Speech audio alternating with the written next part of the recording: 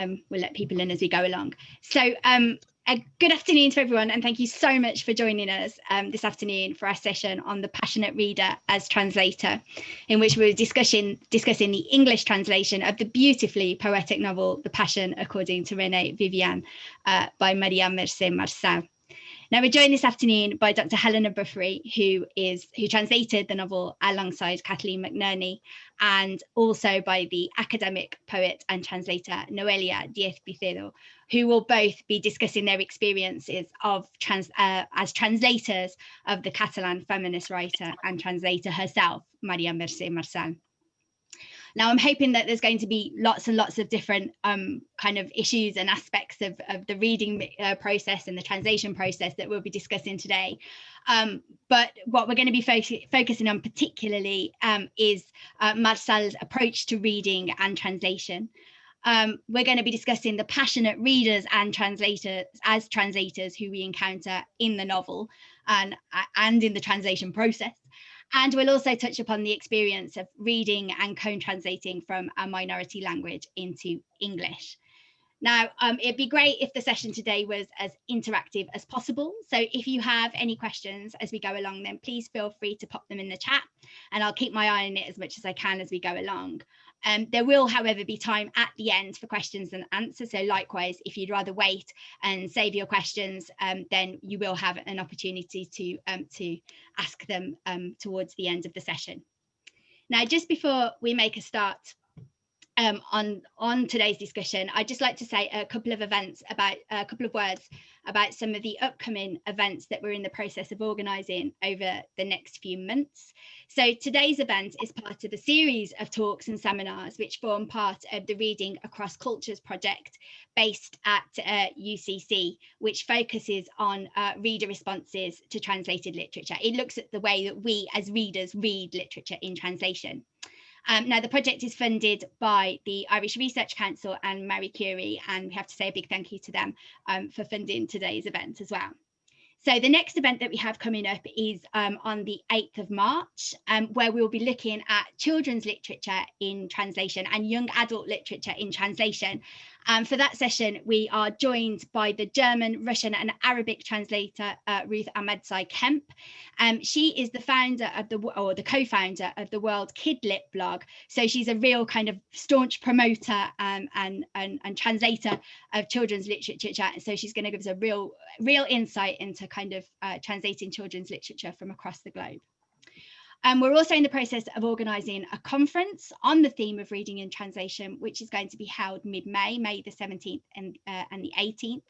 And the call for papers is still open. I've put the website for the call for papers there on the screen. Yeah, and I think that's open till the end of the week.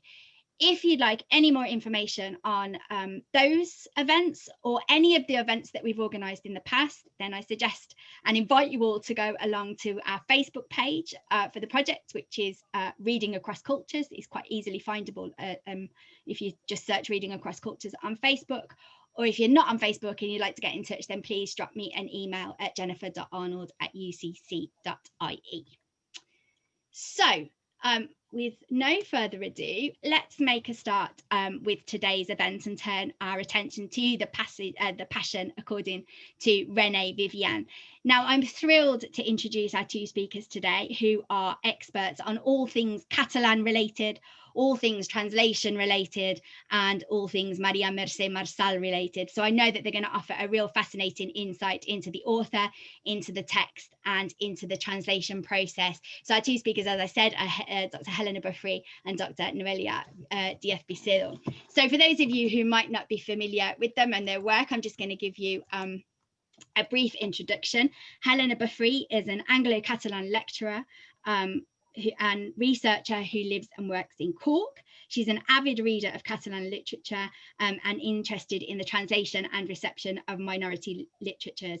She's translated a number of literary texts from Catalan into English and has published on many, many different aspects of modern and contemporary Catalan culture. And her publications include Shakespeare in Catalan, Translating Imperialism in 2007, and Barcelona, Visual Culture, Space and Power in 2012 with Carlotta Caulfield. Noelia Diaz-Vicedo is a poet, academic and translator.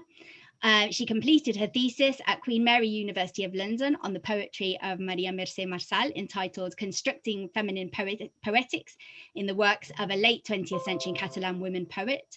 She also edited the first book of essays that were available in English on the works of Maria Mercè Marçal.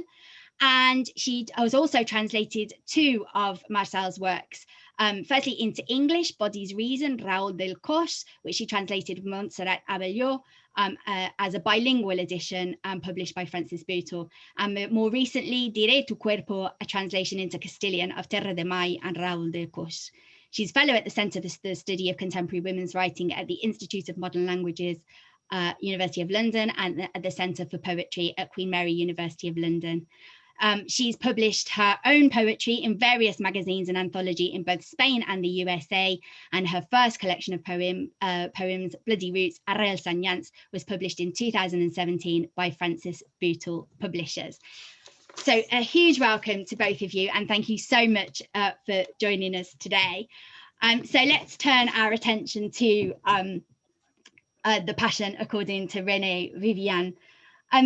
When I was reading the novel, I guess I was struck by how beautifully lyrical and poetic the narrative of the novel was. But I guess what struck me even more so was that this kind of beautiful and lyrical prose manages to kind of cover a novel which is almost so fragmentary and so much in pieces in so many ways. It's kind of made up of letters and points of view and perspectives and texts. And what's brilliant, I think, about the novel for this particular series of events that we're running is that it's a novel about reading and about interpretation and about the way that we read things. I guess what also struck me was how difficult it must have been for those very reasons to translate into English. So I'm hoping that we'll kind of unpick some of those points and those issues as the discussion goes along. But to start off with, and by way of introduction, Helena, maybe you could talk to us a little bit, first of all, about how you first came across the novel and how the translation came into being, how you came to start translating the novel. Okay, so I suppose most people in Catalan studies and in Spanish studies more generally would know me as somebody who works on theatre. So what on earth is she doing translating a novel would be the question. I do also translate. In the past, I've generally translated things that I've had commissioned for translation. But this project was a different project, basically. This was a project that came out of my own reading. I do read a lot of fiction. I watch a lot of theatre as well, and I like to talk about theatre and performance. But this was a novel that I read very, very early on after learning Catalan. And really, really grabbed me at the time. And you'll all those of you who've read about the novel will have seen that it actually received prizes when it was published. This was a novel that really transported me as a young woman into the Parisian fin de siècle and the lives of these women who were breaking all the molds. But also because it was so beautifully, beautifully written. And how I ended up translating it is really was really a series of contingencies. In some ways, I was invited to speak on narrative at a conference in St Andrews, and I was, after I'd kind of picked myself up off the floor, thinking, well, I write about theatre. I decided that I wanted to talk about this novel because it's not a novel that, to my mind, has been talked about enough. And certainly isn't very well known in the English-speaking world, even amongst Hispanists. So I decided that, and then I was also invited to talk about translation at the round table at this conference, and that led me to reflect a lot on why this novel hadn't been translated and what there was about it that resisted translation into English. So it was through the process of thinking about this as a researcher into translation and as a researcher into sort of how cultures travel that began to make me think about how I would actually set about translating it. And I got invited to another conference on Marsal on the back of this paper I'd given, and that's where I bumped into Kathleen McNerney, and Kathleen McNerney said, oh, I actually started translating that 20 years ago. So that's how we ended up agreeing to try and co-translate the novel, basically. But I guess to understand the importance of this novel, both in English and in Catalan, we kind of have to understand who Maria Mercè Marçal is, and kind of the impact that she's had on Catalan literature and Catalan letters, and her translation into English. Could you tell us a little bit, or maybe Noelia could tell us a little bit about the importance of Marçal to Catalan letters? Noelia was... Oh, there she is. Well, Marçal is a key figure in Catalan literature. Not only, I dare to say, not only in Catalan literature, but also in the European literature of the 20th century. Why I'm saying that? So it's actually, when I was approached by you to talk about my Marçal today, and then I was wondering myself, and also you ask, and quite strangely lately, people are asking me why Marçal is important, or why Marçal is still important. Like a few weeks ago, I was asked the same question, and I started wondering, why is this question put through? Because for me, it is quite obvious why Marçal is important. So let me put it into some clear perspective to engage in the specific form of poetry and also of existence that Marçal is offering, was offering to us. Well, still is.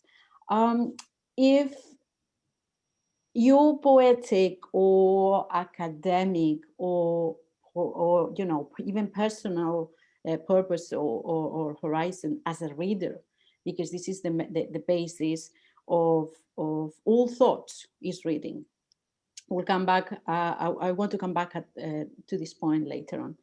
If the purpose is to try to understand or to engage with this specific form of existence as a woman, and I am actually talking from a personal perspective, but I'm sure that it can be shared by many of you. Then you search for writers, okay? You search for writers, you search for poets that can provide you with some kind of reference that, can help you to position yourself or to expand your knowledge. And in this sense, Marçal is the key figure here, because she uses the space of poetry and the action of writing itself as a clear feminist praxis.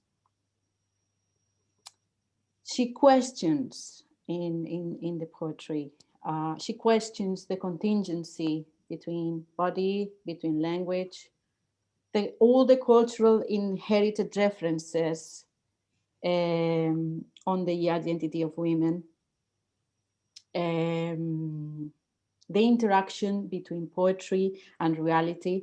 What is a woman doing with language? All these points that carry in itself, what we call the symbolic effect, that is new ways of understanding and meaning, no? And in this sense, she pioneers this feminine feminist poetics within the Catalan poetic tradition. So her coherence and her cohesion and her consistency between life and writing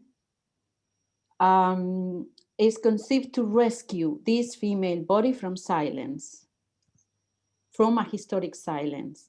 We have to think about the context, which, Maria Mercè Marçal emerged within the post-Franco age, where a specific model of woman was set up, during many years of all the dictatorship. So she questions herself, what is she doing with language as a woman, and how can she proceed from there?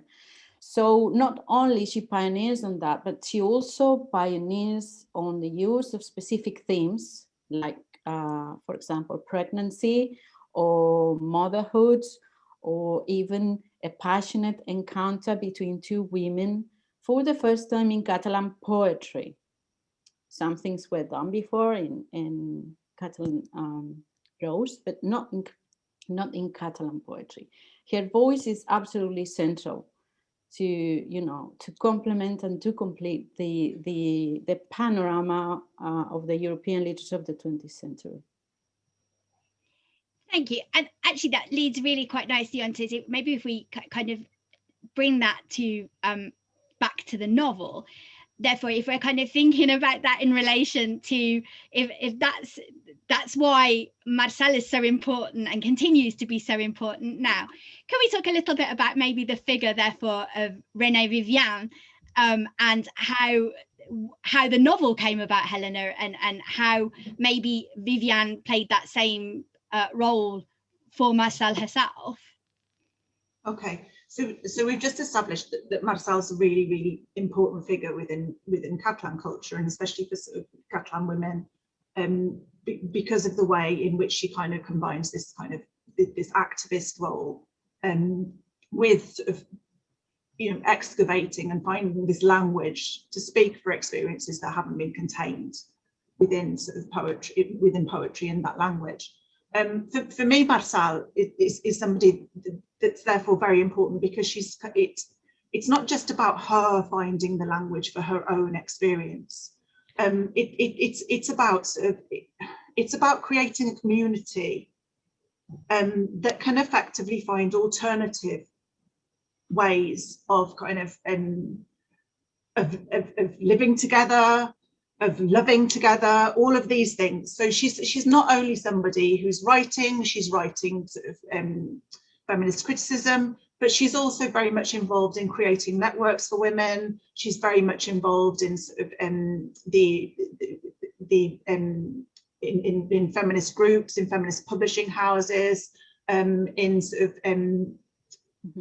in Catalan Pen. She's involved in the sort of in kind of running that, and she's very much involved in politics as well. So from certainly in the 70s and right up until the early 80s, part of her involvement in Catalan politics, and from a very, very sort of socialist liberational perspective, was to actually make sure that kind of women were actually included in this imagination of a freer community and a freer culture that was to come.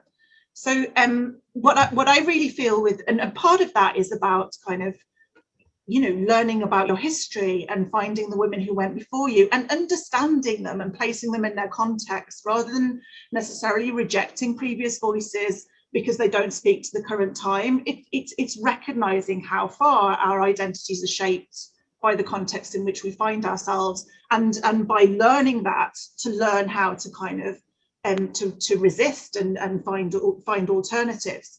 So Renee Vivien is a poet that she encounters as part of this search for literary mothers, where she's kind of certainly involves herself in translating many key women's voices from the European canon. But Renee Vivien in particular seems to have become something of an obsession for her. That she kind of, for her, what she identifies in Renee Vivien is kind of the first modern woman poet to write openly about lesbian desire. And this is the starting point for this research that she does into the poet. But in the process, this becomes a kind of recognition of how far we would not have had a Renee Vivien without the sociocultural context in which she was living, without the network of women with whom she was interacting, without the ways in which, without the poetry around her that was being written at the time, and the way in which women were being portrayed in poetry, and the way she then appropriates that and rewrites it. So what happens is that Marçal undertakes this kind of long period of research into Pauline Tarn, Renee Vivien, and it's a period of research that takes her to Paris. She spends time there with another very important Catalan literary figure and artist, Felicia Fuster. And she's involved in this research process at the same time as she herself is reevaluating, I suppose, what we could call the hierarchies of her activism. It's where she's moving towards a more gender-based activism, where that's becoming a way of her kind of questioning and countering some of this sort of normalization policies, the cultural policies that came into Catalonia in the 1980s with a return to democracy, and that she's also, her uncovering of these networks is at the same time as she's building women's networks in Barcelona and in the Catalan-speaking world. I think I really see this text as something that goes alongside her evolution as a writer, as an activist, as a feminist critic, but that her very evolution as a writer, as an activist, as a woman, as a lover, as a mother, also informs the way in which she reads Renee Vivien. So Renee Vivien is no longer this symbol of lesbian desire. She becomes sort of multiple other things. From the way in which Marçal herself is reading Vivien's relationships, or Pauline Tarn's relationships, with all of the women and men and the literary establishment around her at that time. And that's what makes it such an incredibly complex and such an incredibly beautiful novel, because you know, she's reading these worlds with real love, you know, and that kind of goes beyond a project that's about identifying a language for lesbian desire, and starts to become a project that's about how we listen to other voices, how we listen to difference, how we can kind of reimagine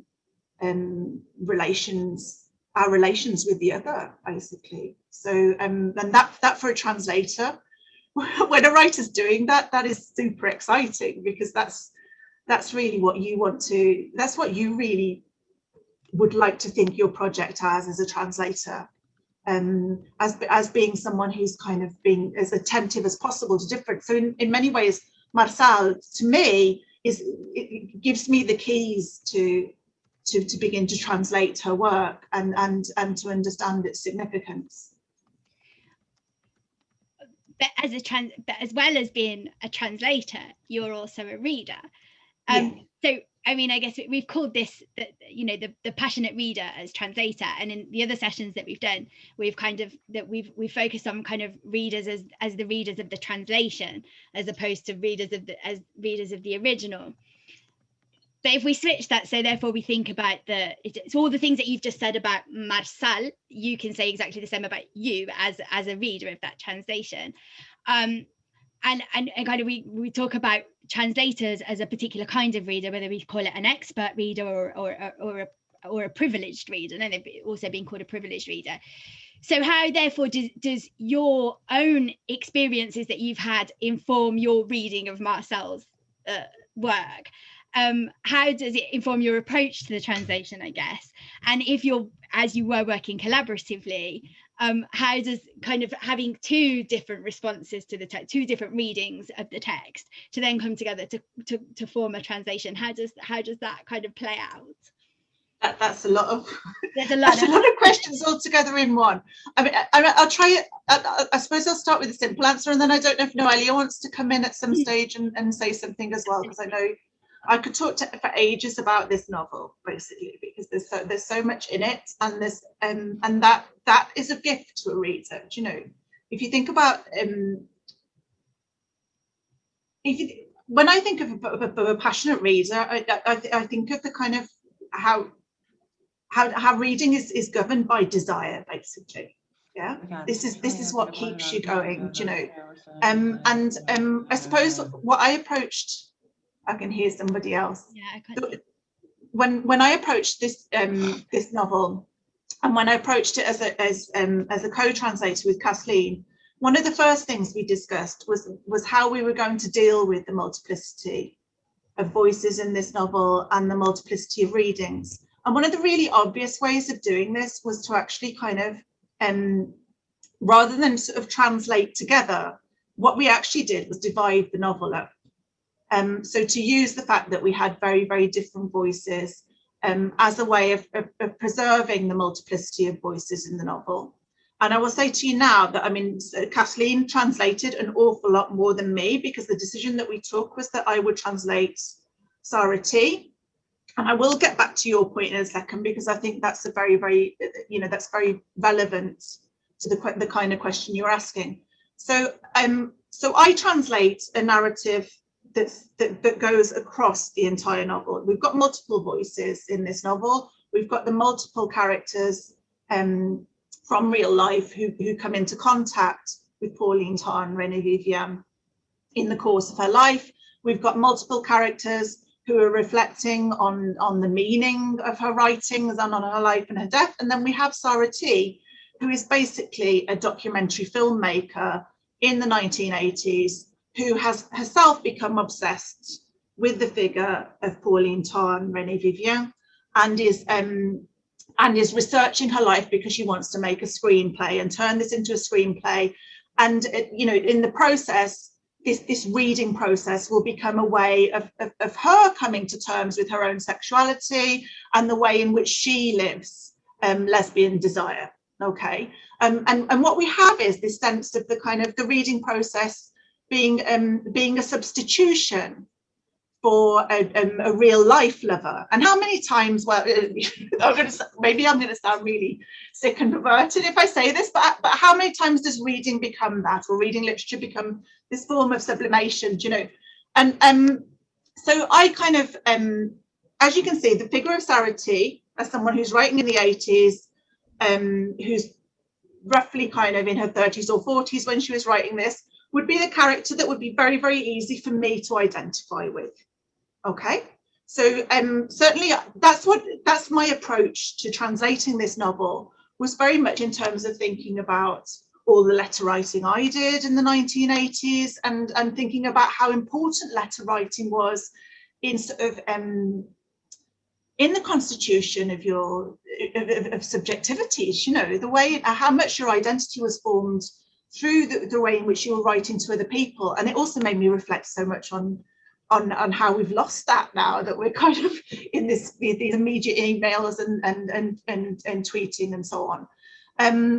Taking to the 1980s also meant that I could read, I was able to sort of translate, thinking of the kind of fiction that was around in the late 1980s and 1990s in English. So the things I would have been reading, Jeanette Winterson, A.S. Byatt's Possession. Certainly this is a novel that intertextually could be read alongside those texts. But when I was saying to you before about Marçal giving me the keys also to think about my role as a translator, I think that the very ways in which Sarah T is forced to reflect and reconsider her desire for Renee Vivien to be the object of her desire, to sort of reflect what she wanted to find, to sort of mirror her, I think also helped me to think about my role as a translator, as a passionate translator, but as someone who needs to translate with love, who needs to translate intimately, who needs to actually allow the other to be other, rather than to try and turn them into the object of my desire. So I felt that there was this kind of resistance all the way through the translation process as well. I'm not sure if that, does that make sense as to how I bring it back around to the question you were asking? It does, because that's really interesting, because it's the degree of like objectivity that you can, because you need to get, I guess you need to give a degree of objectivity, but yet responding to a text as a degree of subjectivity. So I guess it's accepting the subjectivity but allowing some degree of objectivity as well, isn't it? And kind of working out how you can do that. Noelia, do you want to come into that and talk a little bit about, I guess, translating poetry might be slightly different. How does your reading and your interpretation of Marçal as a poet kind of inform your work as a translator? Yes, it is quite a different activity to translate poetry from any other genre. Yes, this is very much related to what you're saying, Jennifer, about the objectivity and the subjectivity. And when you decide to translate a book, it's always a result of this passion, of this passionate reading. Okay, and this is how we came about the decision, me and Montserrat Abelló, to translate La Raó del Cos. That was the consequence of our admiration by Marçal's figure, but also after this passionate reading. This objectivity comes, I believe, with the fact that you do need to understand, or you do need to know very well what is the context of the author. And this is what it took Marçal 10 years, to follow Renee Vivien's life and poetry. And other translators have talked about it. Jean-Francesc Mir as well has said that, if you want to translate a book, you do need to know about the context of the book and the context of the author in order to find, the real meaning of the words that the person is reading. For La Raó del Cos, we follow more or less the same process as Ellen and Kathleen. So we divided the book. So Montserrat Abelló would translate the first half, and I would translate the second half, and then we would put both in common, and then we would talk about it. And in this sense, La Raó del Cos is very much different to La Passió, because first of all, the amount of work that it is. La Passió is a rather long novel, and then Raó del Cos is quite a short collection, but La Raó del Cos has something in common with La Passió, and it is that it was after and during and after La Passió that the La Raó del Cos was written, because Marçal had let's say, she stopped writing poetry because, for her, poetry was not enough for, she didn't have enough. She arrived to a point that the poetry was not enough for her project. And it is when she discovered Renee Vivien through reading. And through this passionate reading, she started researching and going, after her, following her, perseguirla, that she uses the word. Vas comenzar a perseguirla, as like stalking her through the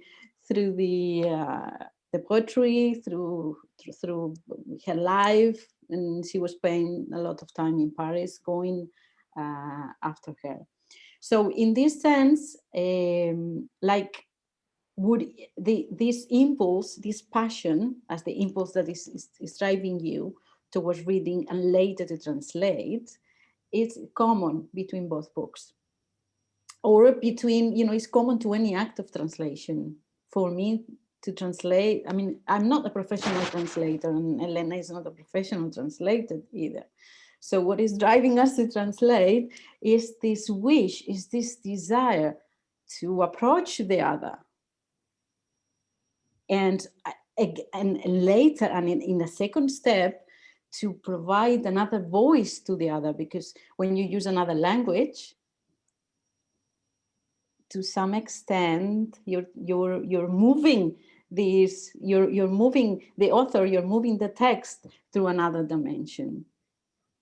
And I think that this is really the key. So what we did with Montserrat Abelló is to put together our both perspectives.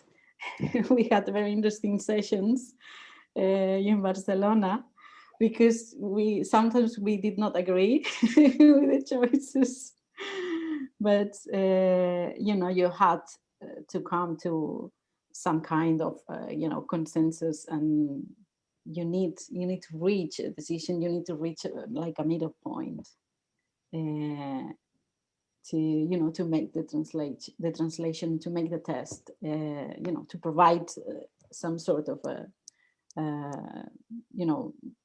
relatively well done, crafted piece. So yes. Do you think the final version was therefore enriched for those disagreements, and is it, that kind of finding that middle ground? I mean, I guess it's created something very different that you would have created had you done it on your own. So that process of coming together and negotiating, I guess, is an enriching experience. I suppose. Very much, because she was bringing this subjective point of view from her personal life, because Montserrat Abelló was a really good friend of Marçal, and I did not have that experience. So some of the words did not have that weight for me. So I was seeing them from a different perspective. And, she would go, no, because, Marçal was going after this and that and that. And that was really enriching. I enjoyed that a lot. It sounds fascinating. I think what I really liked there, sorry, Jennifer, is also this sense of translation as a dialogue, and that how in some ways, the kind of process of collaborative translation seems particularly appropriate with Marçal, and for me, particularly appropriate to a text like this one, like The Passion According to Renee Vivien.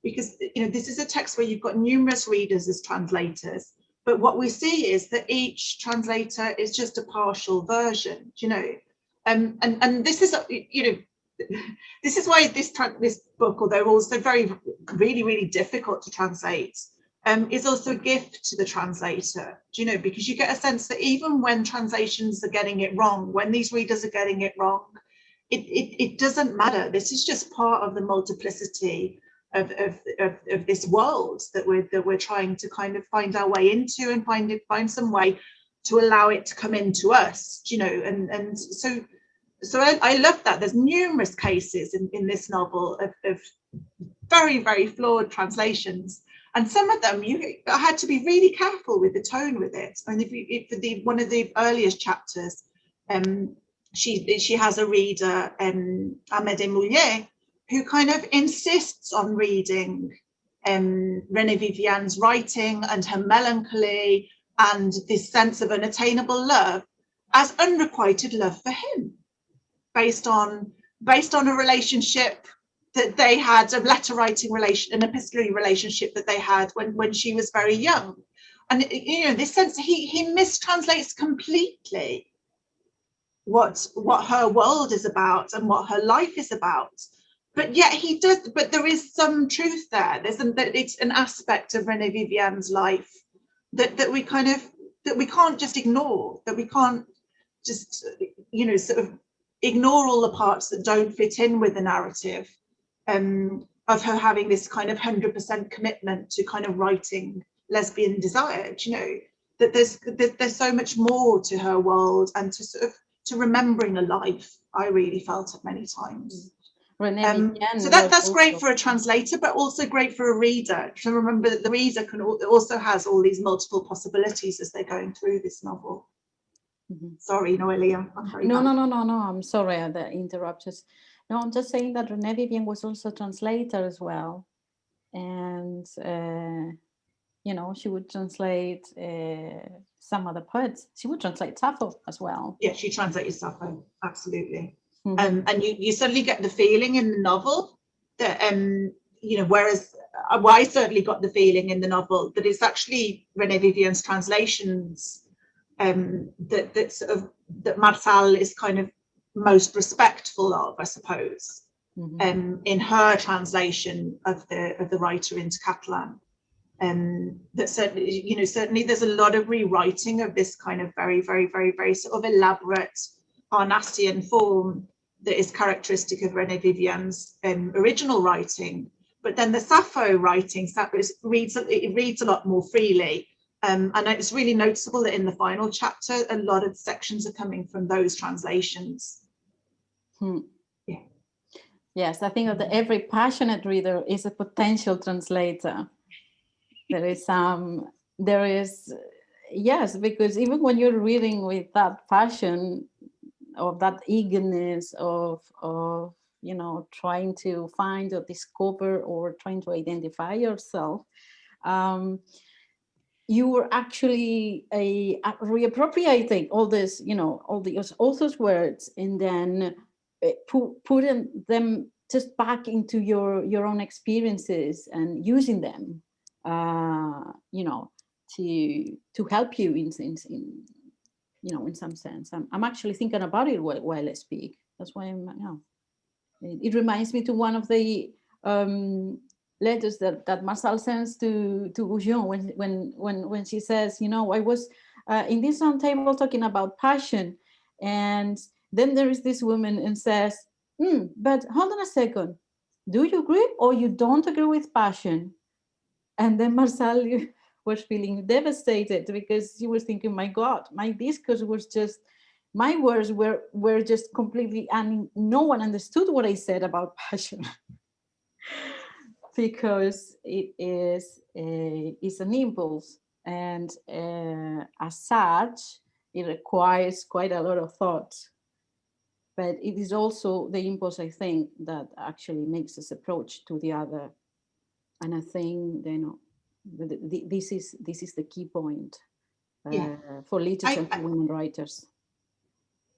I agree with you up to a point, right? And I think, and that's it's an interesting one, and it goes back to what I was saying before. So I know that a lot of it has been said about Marcel's words about translation and how she saw translation, and this gets repeated in the critics.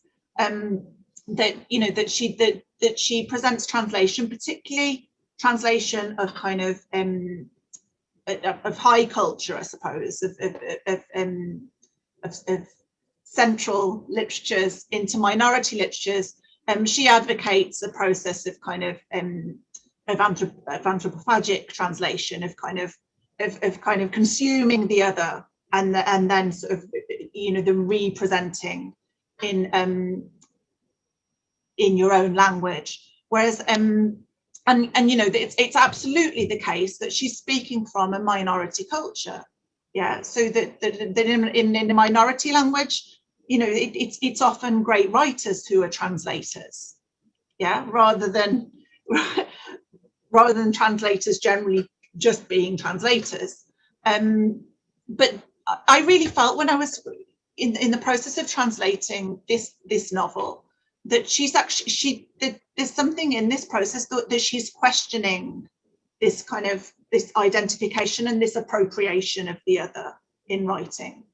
And really that's so clear when we get to this sort of in the way in which we're kind of encouraged to reflect on the mistranslations of different readers as they're going through, and the effect of these mistranslations.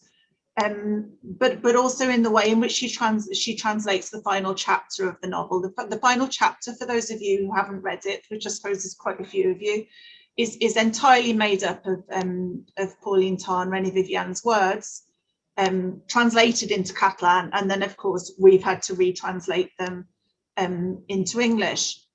And they've been taken out of context. They're fragments from different poems and so on. But they are very, very close translations, unlike some of the translations of the poems that appear earlier in the novel. And you really get a sense that this is an attempt to allow this earlier poet to speak through her. That this and it's very, I think, I don't know whether it's because of where it comes in the novel. It comes after kind of the failure, I suppose, of us to get a completely clear, coherent view of this life. And like, who is going to ever get a completely clear, coherent view of any human life? We are ultimately how we are seen by all the other people that we come into contact with, and so on. So we've had all of these partial versions that come together with all their contradictions and all their discontinuities, and all the kind of the kind of negative sides that maybe we don't normally want to see or look at. And then in that final chapter, after there's nothing more to say, what we have are the words of the poet.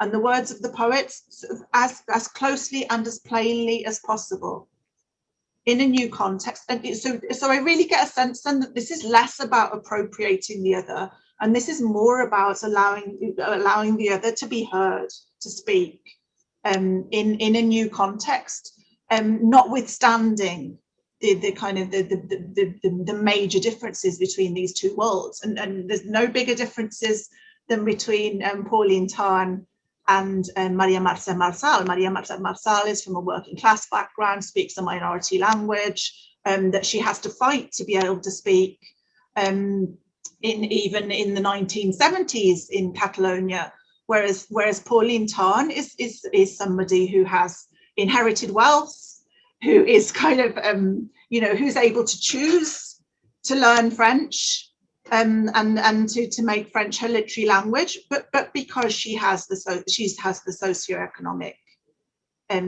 conditions in which she can make these choices, to not conform to social expectations and so on. Yeah.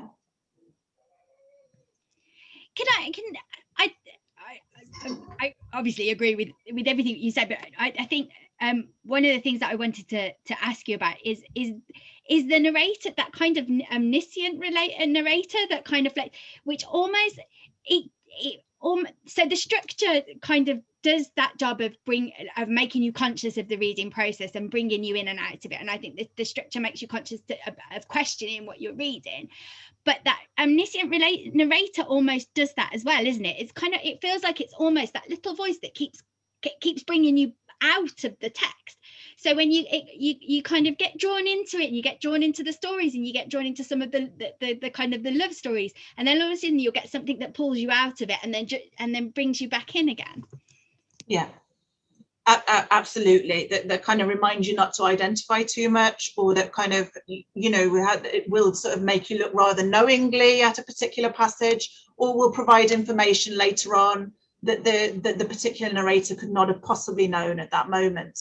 So it is something, as I said, that you kind of given the keys as you go through to read more critically, but this isn't, this isn't vicious satire that's going on all the time. We have, there's different tones, and that was one of the things that in the translation process was that you really had to be attentive to. It's what I think it's one of the hardest things about this novel, is getting the tone right in different chapters, because there's a lot of shifting in tone. But often it's just kind of like putting a different lens in. I think she actually uses that metaphor to look at that reality slightly differently, to see it from a different angle, to see it with different coloured lenses.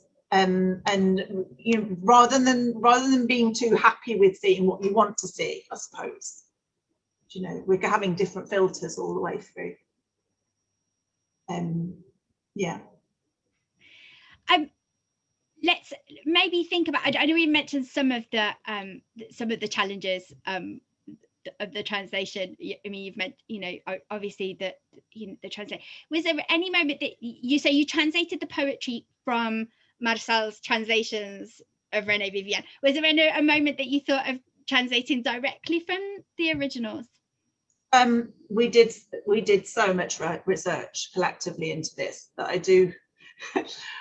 Well, maybe I'll write an article about it at some stage, because obviously this issue when you're publishing translations, that research, you're not going to make it all that visible, because I think it would put a reader off.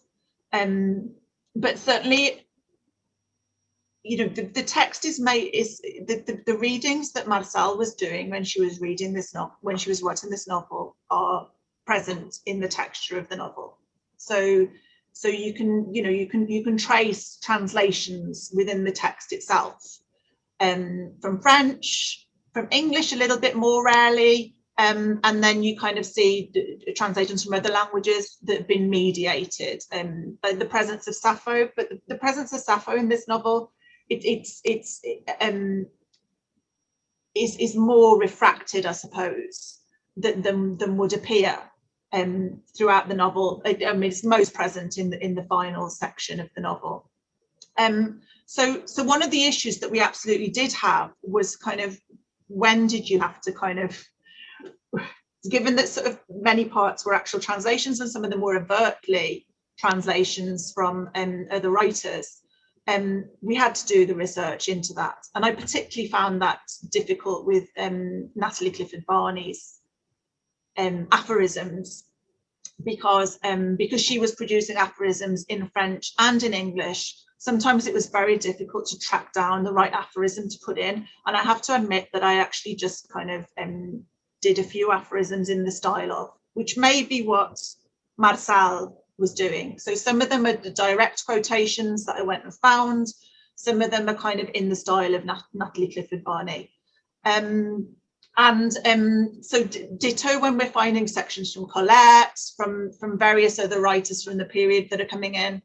And, you know, as far as possible, we not only kind of tried to preserve that intertextuality, but I think added to it. I mean, I certainly feel that one of the keys to chapter 1 working really well to us, getting the kind of the ironic tone in chapter 1, where Amédée Moulier is being presented and his misreading of the situation entirely, was kind of, you know, I was absolutely thinking of modernist novel in English when I was doing that translation, and was absolutely thinking of Virginia Woolf, and she gave me the tone to use in that chapter, whereas in other chapters you'll find other intertextual references. For the poetry was a really difficult one, and I will say to you all that I'm not entirely happy with what we ended up doing. I think in an ideal world, both of us, both Kathleen and I, would have liked to have the French and the Catalan and the English alongside each other. That would have, and that's normally how you kind of translate and present poetry. But because this was poetry inside a novel, it would have made things particularly unwieldy. So we actually went for a slightly, and I know this is something that Ellen Basaglio, when she did a review, she commented on it. It looks like we went for a fudge, and what we did was, Sarati is translating in this novel. She's the one that's writing from the 1980s. She's the Catalan woman. It's very difficult to find any Catalan in this text other than through Sarati. So I just make it clear that Sarati is translating. So in her parts of the narrative, there will be fragments that are left in French. The place names are always left in French because she's a foreigner who's negotiating this world. Whereas in the world of the actual characters from the fin de siècle, we generally translate everything into English, apart from one little example, which is where, again in chapter 1, Amédée Moulier basically recognises that Pauline Tarn is in fact Vivien, because he's reading this poetry and he recognises one of the lines as being one that he's corrected. That was a line that Marçal had invented in the Catalan. So you know, I just went and found a likely candidate in the French that could go in there, and we put it in French. I did also come up with a possible English solution for that section, but it just felt really false to be talking about Parnassian Alexandrines and recreating them in English for just one fragment. Just seemed too much, so I actually went and found something in the original. Yeah. Okay, I'm going to open up the floor to any questions that we might have from our audience. So if there's anybody who has any questions, if they want to put them in the chat, or if they want to raise their hands, that's fine as well. And maybe while we're just waiting for some to come through, I'll just kind of, we mentioned just ask a question to let some start coming through. We said that we were going to talk a little bit about translating from a minority language. I guess when we're talking about Renee Vivien, when we're talking about Maria Mercé Marçal, we're talking about minority in so many different ways.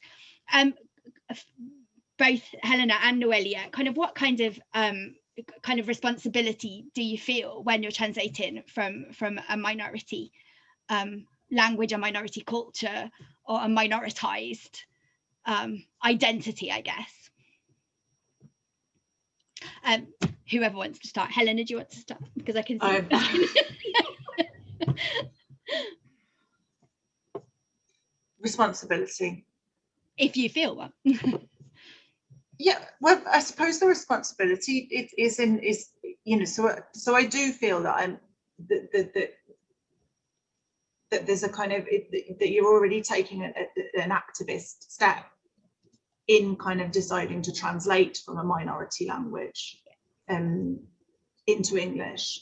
And this was something, so, you know, and I'm completely committed to kind of helping Catalan literature to travel and to trying to kind of listen for ways in which it can be read, even though I know that many times, and that I know with Marçal, I mean, and this sounds really terrible, I think it would, even though this is a really, really important novel, there are things about it that people will question in its writing and in its structure, but it's a really important novel. I don't think this is a novel that would have been translated into English if I hadn't got together with Kathleen and done it. And bear in mind that Kathleen has translated numerous Spanish and Catalan writers into English, but the Marçal one is one that we would have struggled to find the publishers to take it on, and which is why work like the work of Clive Bootle with Francis Bootle Publishers is so important in allowing these voices to be heard. But the other aspect of it is that kind of within a minority culture like the Catalan one, it's even more difficult for women's voices to be heard and to be put forward. And we were kind of hearing something along those lines when you had Peter Bush in a couple of weeks ago, and he was pointing towards the problems that Teresa Solana has had within the Catalan literary establishment, because you know, she's often criticised because she's not writing Catalan properly and things like that. And then he again now is translating some incredibly important classics into English. He's got, I think, his translation of Catherine Albert's a film, 3,000 Meters, will be coming out possibly with Open Letter Books in the coming year. And that is an astounding text for something written by a woman in 1919. It's incredibly violent as a text. So you can imagine it being a text that would have found it difficult to find its way into mainstream publishing world, even in a kind of major language. But in Catalan, this was a text that almost kind of disappeared from view. In the same way that I kind of felt that sort of this novel, The Passion According to Renee, Vivien, had kind of disappeared from view. It had almost missed its chance to be published. This is a novel that should have been published in the 1990s and should have been in dialogue with Jeanette Winterson and A.S. Byatt and all of these others. And yet it's come out in 2020. So who is it dialoguing with? But I still think it has so many things to say. Yeah. Because of the love and the care that's shown in this writing for this other world, for recovering this other world that wouldn't be visible. And potentially that level of love and care and reading between the lines is something that you do because you understand, if you're from a minority culture, that you're writing from a minority perspective, and you're kind of recognizing where marginalization is taking place much more clearly than you are if you're sitting in and speaking in a language in which no one is telling you that you can't read it at school, or can you see there's a big difference, or in a language in which kind of most of the texts of the world culture are already available, like English. You take it for granted, you take these things for granted that actually everyone can speak and hear and read. Whereas I think sort of translating from a minority language and from a minority perspective is an incredibly humbling process, but also one that you kind of learn so much from. I've ended with some very trite ending there, but anyway. Noelia, do you want to add anything? Yeah, well, for me it was a really great responsibility because it's part of my identity too. It's part of my own culture. So I just thought that, I need to do it. We need to do it. This is what we said with Montserrat. We need to do it. And it was this passion again that didn't let me give up, because no one knew anything about Maria Mercè Marçal when I started researching her, back when I was doing my MA in the University of York. There was like nothing, just a couple of articles, but no considerable body of work of research. And then, my supervisor said, well, you have to translate her because, you're in English department, so you need to translate. You need to translate her poetry. And I was like, excuse me, but I need to translate. So I translated one of the Sestinas, Solstici, and another of the poems, and that it was published as part of the master dissertation. This is Kathleen McNerney actually revised those 2 poems. But then when the real translation, or the real question came about, was like, we need to get this done, and we need to do it well for both me and Montserrat Abelló. That's what we thought. And the manuscript was, traveling around UK for more than 2 years and collecting rejections from every single publisher until I met Clive, who I want to thank. Very much publicly here, because, he actually supported our craziness of publishing Maria Mercè Marçal for the first time, the book. And then, it's just the question I had in my mind all the time was, why is this not, as Elena has actually talked about it before, why is this book not out there, establishing a dialogue with the rest of the European literature? Why Marçal's books are not out there? They should be. So this is the responsibility. This is our responsibility as readers and later as translators, even though we're not. Well, I am not a professional translator. So for me, it was a really personal project in this sense. And at that time, I had to explain what was Catalan language. And because many people would say, but this is not Spanish. Many publishers would say, this is not Spanish. It is not, it's Catalan. And it is a different language. And, there is an entire body of literature, and it's a different culture. And, we need to put this out there. We need this book out there. We need this author out there. And I was so happy when I learned in that conference that, Elena and Kathleen were actually preparing the manuscript, because it was very much, it was a really important point. It is a really important point that the book, The Passion According to Renee, is out there. So this is our responsibility, I believe, as readers and academics, the passionate reader, yes. I think we've got a question from Natasha. Thank you. Yeah, thanks for this. Hello. Thanks for the great conversation. Thank you to you both for your translations. I've used both of them in teaching, and it's been great to have those for students. It's a question, I guess, in dialogue with what you were both saying about. It reminded me of my Viva actually with you, Helena, about translating as appropriation or not, and identifying or not. And I was just wondering, Noelia, actually you sort of answered when you were speaking just then a bit. You said that Kathleen looked over your translations, because obviously for you it's different, because you're translating out of a native language into English that's very different to, say, Helena's process. So I was just wondering, because whenever I write anything in Catalan or Spanish, I'm getting native speakers to check it, and just how you felt, because it's to an appropriate, what you've described as an appropriative gesture out of your language into another language. Just if you could comment a bit on that. Mhm.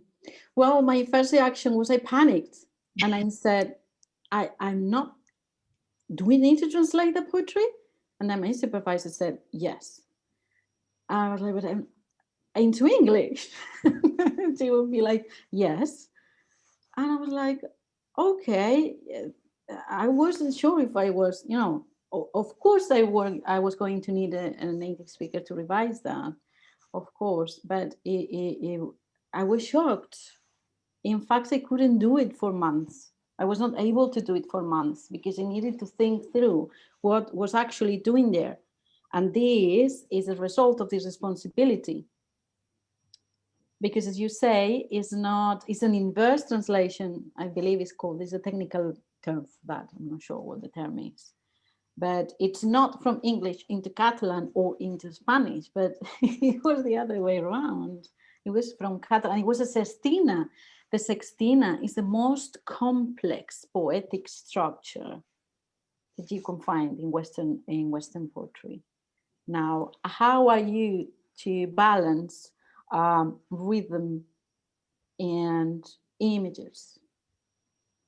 How are you to do that? And well, I suppose you have to be a little bit crazy to do that. That's what Clive said. You have to be a bit crazy to do that. And this craziness, I think, is what it comes out of passion. But it was a great responsibility.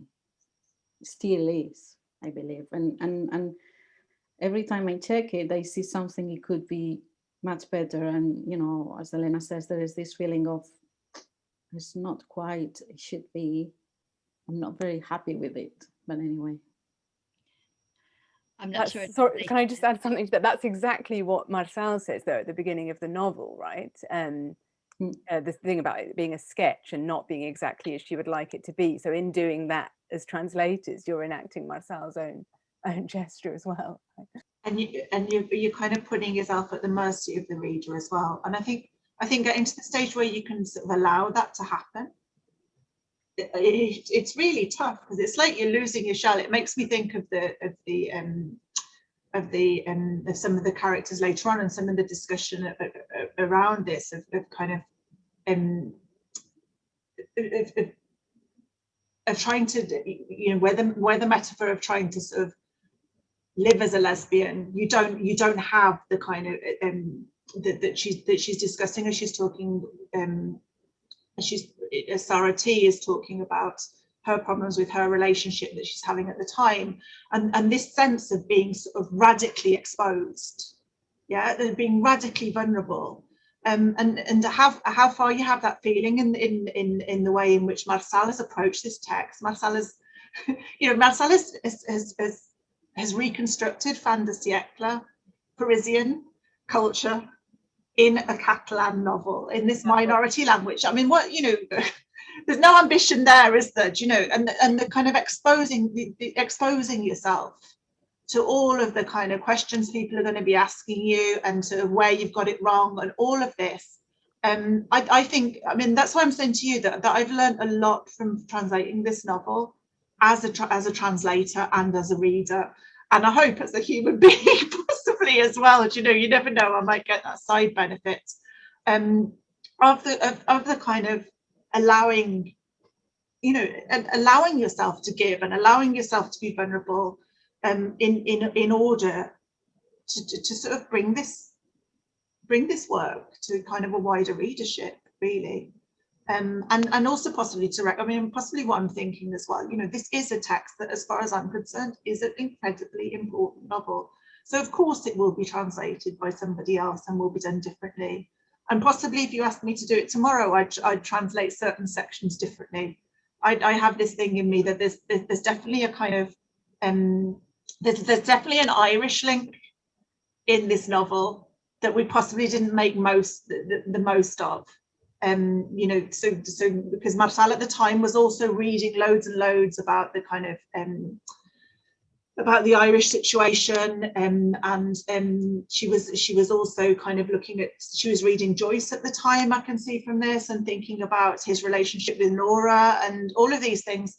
And I really feel that final chapter with the chambermaid you know, that you could, it's missing a sort of Hiberno English slant, really, if I was going to do that again. But there's so many things that you do differently and you do better, and just let's try harder, really. Basically, she says. Can we maybe listen to some of the translation? Would you like to read an extract to finish off the session? Would that be okay?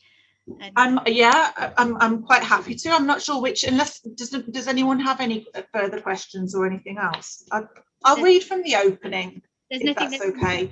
And just because in the opening we get a sense of, so this omniscient narrator that you were talking about appears, and the opening's called an introit, which also I think has that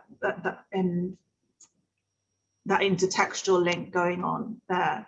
But this is this opening is the performative sense of the opening and the mobility in it, that also gave me one of the keys to how to sort of solve some of the problems in the text, and maybe in a conversation some other day I'll talk about it as well. Okay, so Barcelona, 18th of November 1985. 5 years ago, I stumbled upon verses of a dark beauty, says Sarah T, punctually commencing her disquisition before a completely empty room. But just as the Pied Piper drew streams of kids and rats behind him, her words begin to bring to life a strange, motley retinue of characters, as if emerging from under the flagstones, who proceed to take a seat before her without rhyme or reason. The teller of this tale, or rather strange miscellany of narrations woven together diversely, which are about to unfold in the following pages, contemplates her creation, Sarah T, for a moment as she confronts her nightmare. For surely every reader, whether female or indeed male, will have realised that this is one of those penumbra streams charged with dense, burdensome meaning, susceptible to decipherment by experts in the field. Just as if we were to have Sarah T lay back on the proverbial couch, let us follow her in the vision that appears before her. Propped up on crutches and prostheses are all manner of mutilated and deformed beings, squat dwarves, sinister big heads, giant creatures with one eye in their foreheads, glowing in rum-induced bile, blind beggars bearing the eyes of St. Lucy on a plate, goitre seers spewing grotesque and hysterical stutterings, St. Agatha with her breasts on a tray, and Apollonia with her torn-out teeth held in outstretched hand, an ambiguous headless page, eunuchs and hermaphrodites ostentatiously displaying either their excess or their original or supervening lack, he-devils with cloven feet and she-devils with serpents for hair, lustful apish clowns all misshapen, an avalanche of monsters, ogres, trolls, demented females, chimeric and teratological beings displaying sculptured silicone extracted from the worst special effects filmography. The teller of this tale finds Sarah T at daybreak, relieved because she too knows it's just a nightmare. She gets up and looks at herself in the mirror, but suddenly the mirror goes blank. She says nothing, as if a single word might reawaken the unruly polymorphous procession that has just vanished, conjuring them up once more to ogle her from the other side of the glass. She returns on tiptoe to her bed, convinced she is still dreaming. That is when the angel appears and wakens her at last with a dazzling revelation. Sarah T makes an effort to retain every sound, every syllable, every word of the message she does not yet understand, as if it were encoded in a language unknown to her. When she is definitely awake, or is she, all has disappeared from her memory. The gigantic eye stares at her, and the pupil holds nothing but a vast emptiness. 5 years ago, I stumbled upon verses of a dark beauty, says Sarah T, and the teller of this tale leaves her at this moment in order to cast her somewhat squinting and at times sardonic gaze on other characters that beckon her attention. Let no one reproach her for the unequal distribution of caustic elements or biting words over the chapters that follow. Diverse intensities and qualities of light require different filters. The decision to dispense with our sunglasses when faced with paler gleams was taken spontaneously, perhaps due to an irrepressible urge towards compassion. In the same way, every instance of benevolence might suggest secret scorn, and every apparent censure hypothetically conceal an undertone of genteel badinage. The teller of this tale is unable to draw this introduction to a close without confessing her frankly unexpected feeling of failure, like a neophyte photographer who has tried to find all the angles and focal points in a landscape, but is then surprised to have ended up with nothing more in hand than dozens of frames devoid of the most essential element which he thinks he knows. Perhaps if Sarah T. had been able to retain and decipher the angel's message, she could have offered to the teller of this tale a clarity of inestimable value. Thank you. Is that okay? It Would you was want another lovely. bit? Thank you. No, that was lovely. Thank you very much. Noelia, would you like to maybe read some of the poetry? Maybe could do something in Catalan and in English. Yeah, I'll start by reading the poem that she writes to Renee Vivien in the book. What is written? A Renee Vivien. Dues dones, un pacte més enllà del desig, inscrit arreu i enlloc. Dues dones, alhora fer néixer i néixer, vives en el nom i en la carn. Un pacte més enllà i ençà i en el desig. To Renee Vivien. Two women, an agreement beyond desire, written everywhere and nowhere. Two women, giving birth and being born, alive in name and flesh. An agreement, farther off, closer, and within desire. Shall I read another one? Okay. Following this genealogy, I'm going to read the one that she writes to Maria Antonia Salvà. Furgant per les llibanyes i juntures d'aquesta paret seca, entre mac i mac d'oblit, entre les pedres dures de cega desmemòria que endures, et sé, i saber-te em dona terra, arrel. Et sé i em sé, en el mirall fidel del teu poema, aferrissadament clivella pedra de silenci opac, dona rèptil, dona monstre, dona drac, com el cactus, com tu, supervivent. Poking along cracks and crevices of this dry wall, between pebble and pebble of oblivion, among hard stones of blind forgetfulness you endure. I know you, and knowing you gives me earth, root. I know you, and I know myself in the faithful mirror of your poem.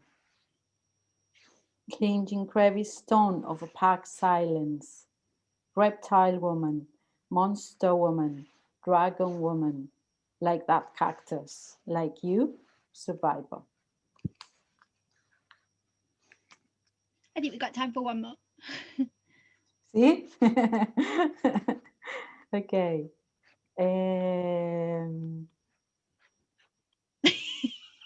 One? Just I choose it? Okay. Come on then. Well, I'm gonna choose this one that she wrote. She was very much interested in collaborating with artists. Okay, so this is one that she wrote for what's it called? I don't remember his name. An artist. It was a painting. I don't remember the name now. Pèls de ceba o la dansa secreta. Ran de l'aigüera, mans de dona despullen danses de vels, de ceba, arrels de llum i d'ombra, presa i desapresa, tels de teranyina encesa, esquinçalls de flor d'aram secreta. Mans de dona teixeixen i desteixeixen un desig translúcid ran de l'aigüera. Mantellina de núvia, nua i defesa, De criatura nada en l'embolcall d'una intacta promesa. Mans de dona saben, però desisteixen. Cada dia clouen i seguen i obliden. Ran de l'aigüera, la dansa secreta. Onions, fields, or the secret dance. Close to the sink, woman's hands shed. Onions, dances of veils, roots of light and shadow, seized and loosened. Flimsy cobwebs, allied, tatters of secret copper flower. Woman's hands weave, unravel a translucent desire close to the sink. Bride's naked and defensive veil from creature born, wrapped in an intact promise. Woman's hands know why they give up. Every day they finish, obliterate and forget. Close to the sink, the secret dance. Thank you. That was fabulous. Thank you very much. And I guess what better way to end the session, just in the same way as the end of the novel, than in the words of the author and her translators, I guess. Noelia and Helena, thank you so much for your fabulous discussion and insight into a fabulous author, a fascinating author, and an amazing novel. I recommend it highly. Thank you so much. An applause. So from Francis Bootle Publishers, both texts are available online and get posted out very, very quickly. So I do encourage you.